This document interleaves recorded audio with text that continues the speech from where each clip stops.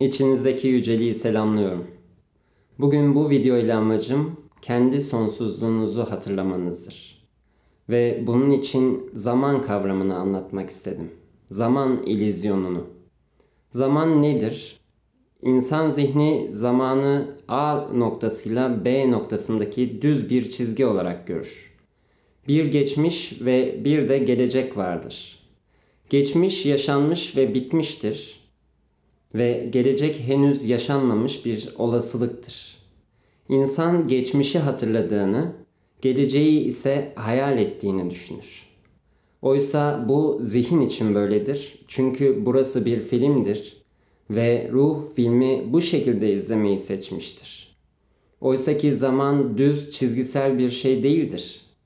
Zaman daha çok düz çizgiselden daha çok bir daireler bütünü denilebilir.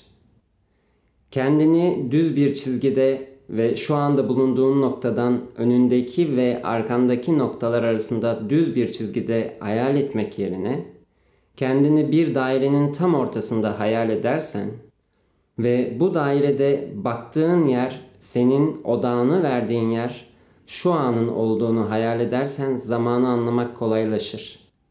Baktığında ortada durduğun bu dairenin ortasında sen neye odağını verirsen gerçekliğin ondan yaratılır.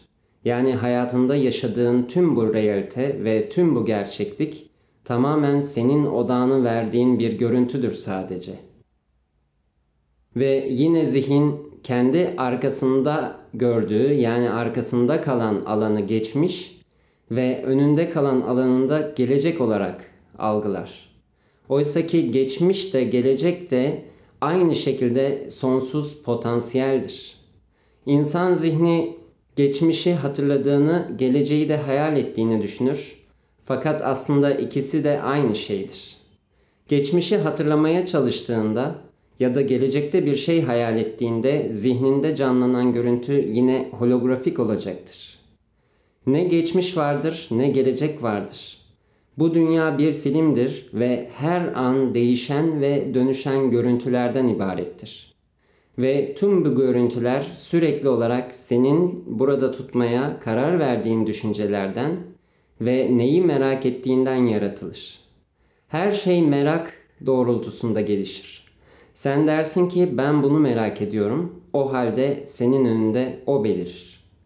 Yani özünde geçmiş de gelecek de sadece bir illüzyondur. Sadece şu an vardır.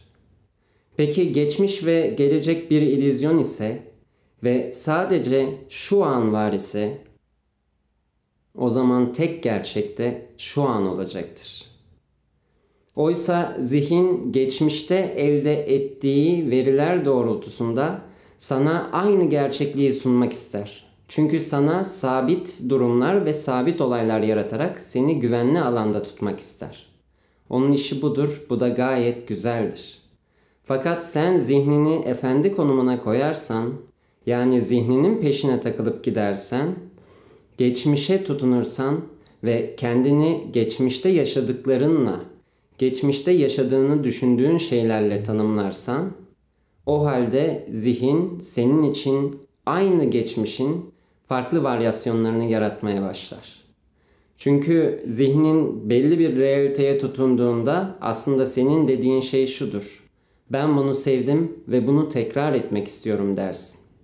Aslında hayatımızda kendimizi içinden çıkamadığımızı düşündüğümüz döngülerin içinde bulunmamızın sebebi zihnin geçmişe tutunması ve bizim onu gerçek kabul etmemiz ve kendimizi geçmişle tanımlamamızdandır.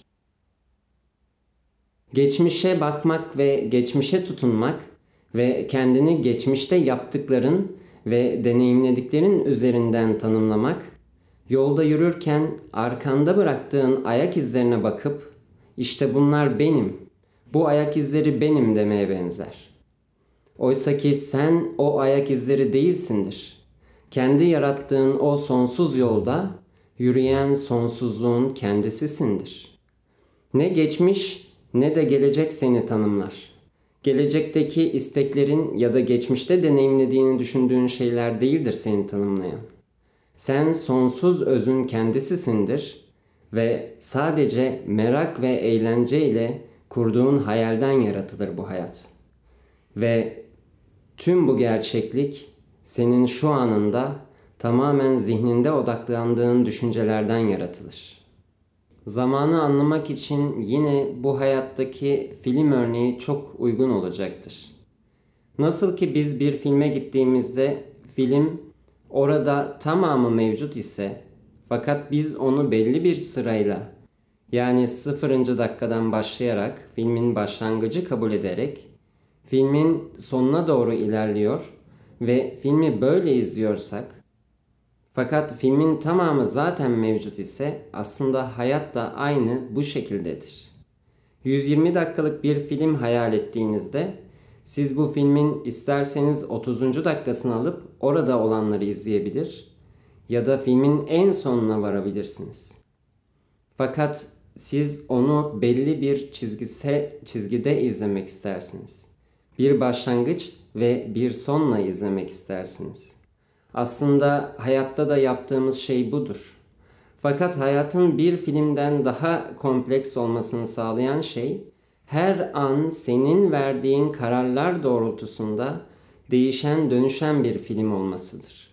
Her an sen bir sonraki anı değiştirebilir, geleceğini değiştirebilirsin. Hatta şu anında yaptığın bir eylem ya da kendinde çözdüğün bir duygu ile geçmişini de değiştirebilirsin. Bunu bu kadar güzel ve kompleks bir film haline getiren, aslında hayatı güzel kılan da her şeyin şu anda olmasıdır. Sen sadece şu ana odaklanır ve anın tadını varırsan, geçmişin de geleceğin de tüm güzelliğiyle parıldar ve tüm güzelliğiyle defalarca ve defalarca yeniden şekillenir. Bu hayat sonsuzdur ve hayattaki her bir anda sonsuzlukta sonsuz kez yankılanır. Her birinde farklı bir şekilde canlanır. Ve her birinde de kendine özgü ve sadece o ana özgü güzeldir. Bu hayat ana odaklanıldığında son derece güzeldir. Ve eğer bir kez bile anı yaşayabildiysen o an tüm mucize gözlerinin önünde belirir ve sen bu hayatın son derece muhteşem ve son derece güzel olduğunu fark edersin. İşte o an sana bu hayatla ilgili anlamsız gelen her şey bir anda buharlaşıp gider ve silinir. Ve sen anlamsız dediklerinin bile ne kadar anlamlı olduğunu fark edersin. Bir kez bile anı yaşayabilir isen artık senin için hiçbir şey korkutucu ya da üzücü olmaz. Çünkü an son derece muhteşemdir. Konfüçyüs der ki, eğer sabah Tao'yu anlarsan akşam huzurla ölebilirsin. Yani anı bir kere yaşayabilirsen, evet işte bu o andı diyebilirsin. Bunun son derece ütopik ya da distopik olması gerekmez.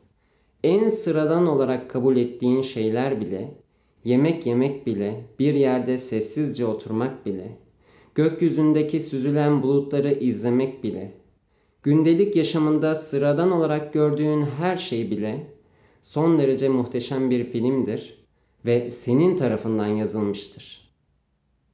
Senin tarafından seçilmiştir.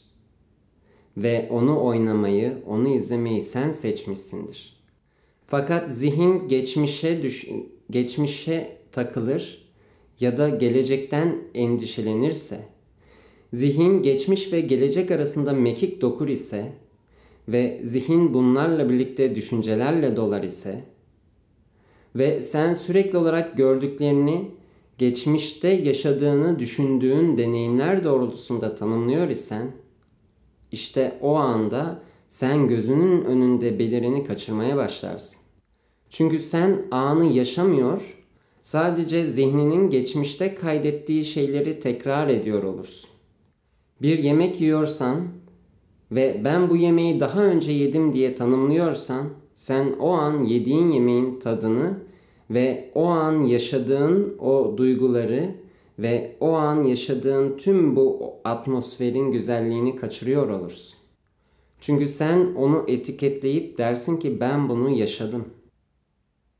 Oysa hayat son derece değişkendir ve bu Tanrı'nın filmidir ve Tanrı sonsuz büyüklükte bir bilinçtir ve onun bilinci daima farklı ve özgün olanı yaratacaktır.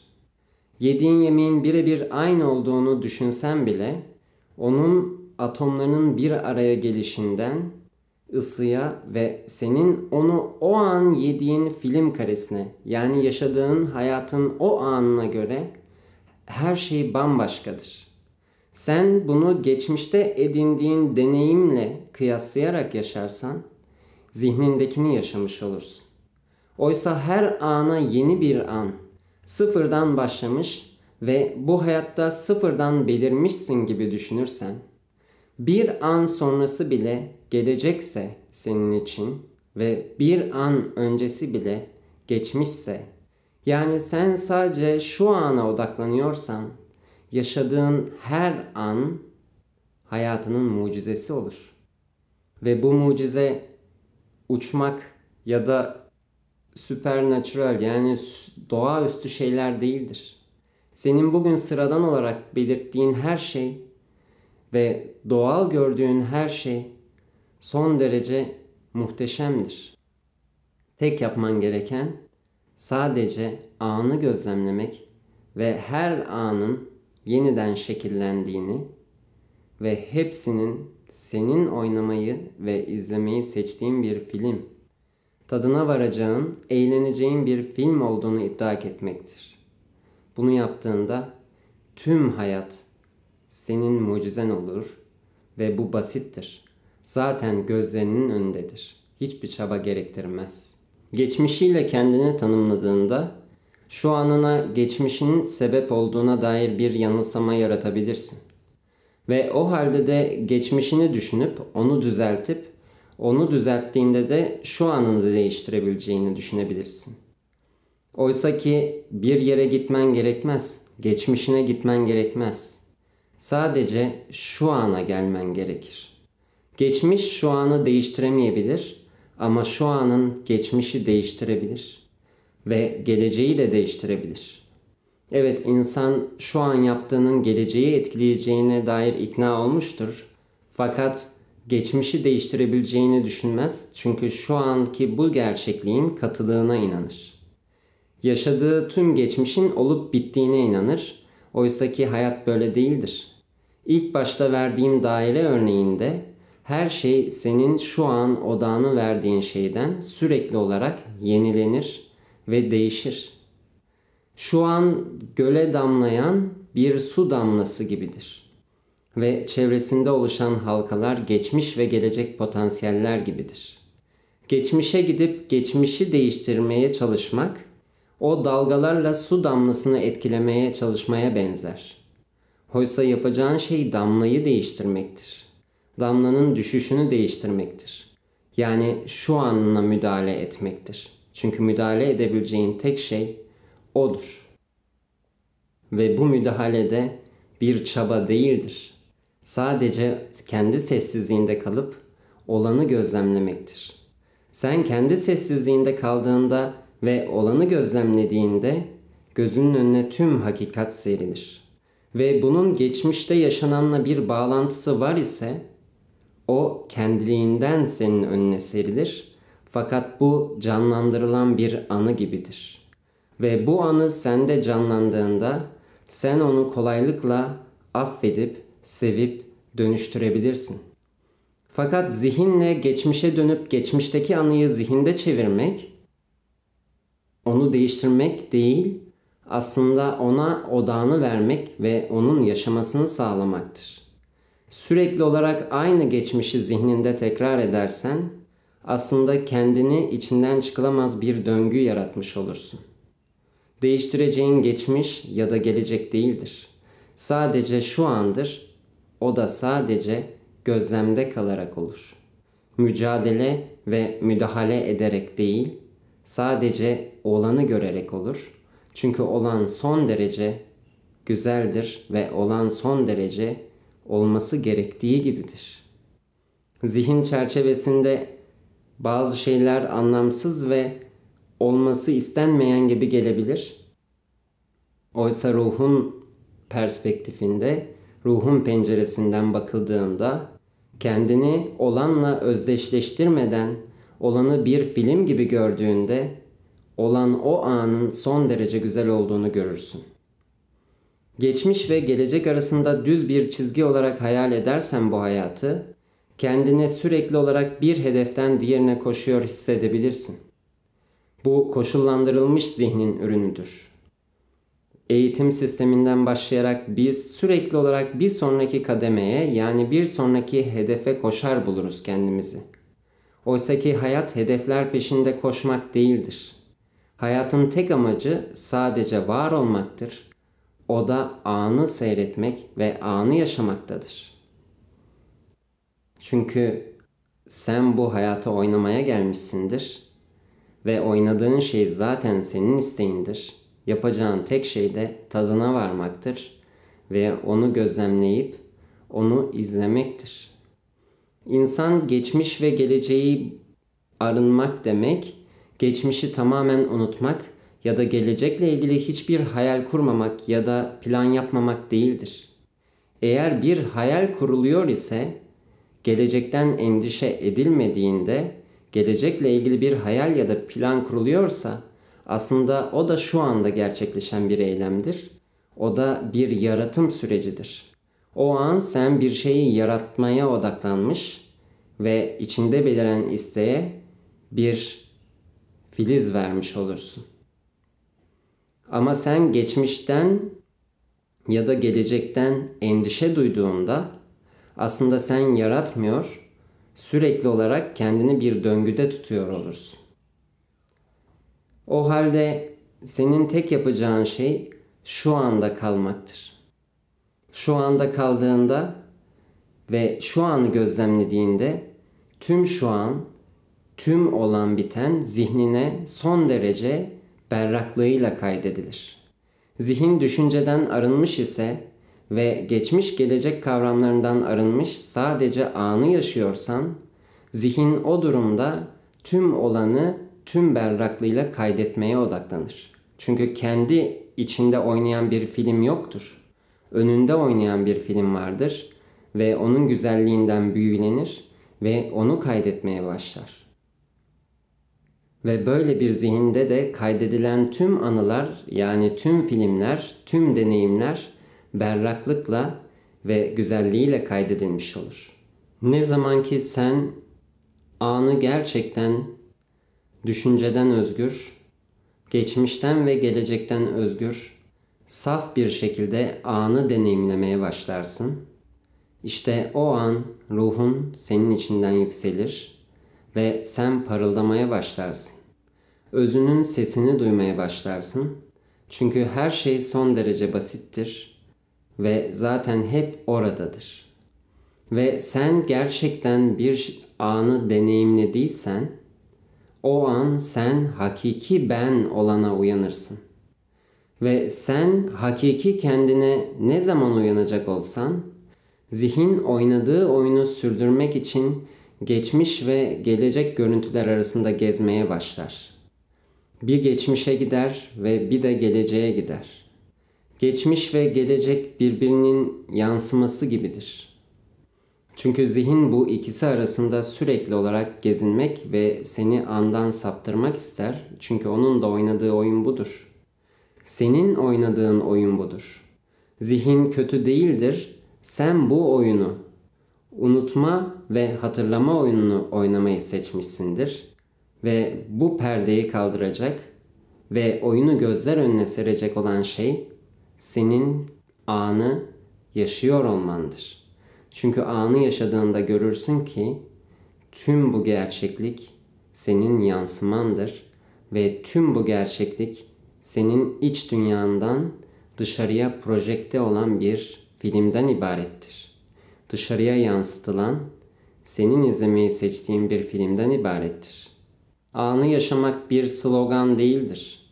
Hayata bir kere geliyorsun, o zaman anı yaşa. Hadi partileyelim tarzı bir yaklaşım da özünde zihinden çıkmaktadır Ve bu da büyük bir yanılsamadır. Bu hayata bir kere geliyorsun, o zaman anı yaşa yaklaşımı bir şeylerden kaçarken, yani yok olacağından kaçacağın için şu ana tutunmaya çalışmaktır. Ve bu da özünde zihnin oyunudur. Yine bir şeye tutunmaya çalışıyordur ve orada anı yaşamak yoktur. Sadece bir kaçış vardır. Anı yaşamak ise sadece gözlemde ve olanın güzelliğini seyretmekle olur. Bir şeyden kaçman gerekmez. Ya da bunun için hayatın sonlu olduğunu düşünmen gerekmez. Hayata bir kere gelmiyorsundur çünkü hayatın kendisi sensindir. Sen bu hayata gelip giden değil, hayatı içinde var eden sonsuzluğun kendisisindir. Kendini sonlu olarak düşünüp ana tutunma çabası da özünde bir korkudur ve yine anın önündeki perde olacaktır. Yine anı bulanıklaştıran bir perde olacaktır.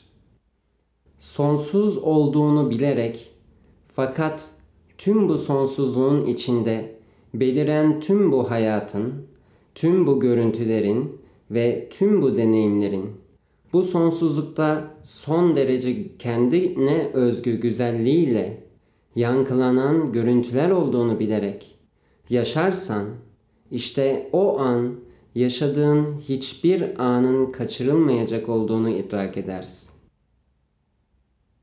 Ve işte o an sonlu olmaktan korktuğun için değil, sonsuz olduğunu bildiğin için ve tüm bu sonsuzluğun içinde saf sevgi olan senin oynamayı seçtiği bu filmin güzelliğine varmak için anı seyredersin ve işte o da anı yaşamaktır. Ve anı böyle yaşadığında zaten olanın mucizevi olduğunu idrak edersin. Her şey kalbinizin istekleri doğrultusunda gelişsin. Sevgiyle görüşmek üzere.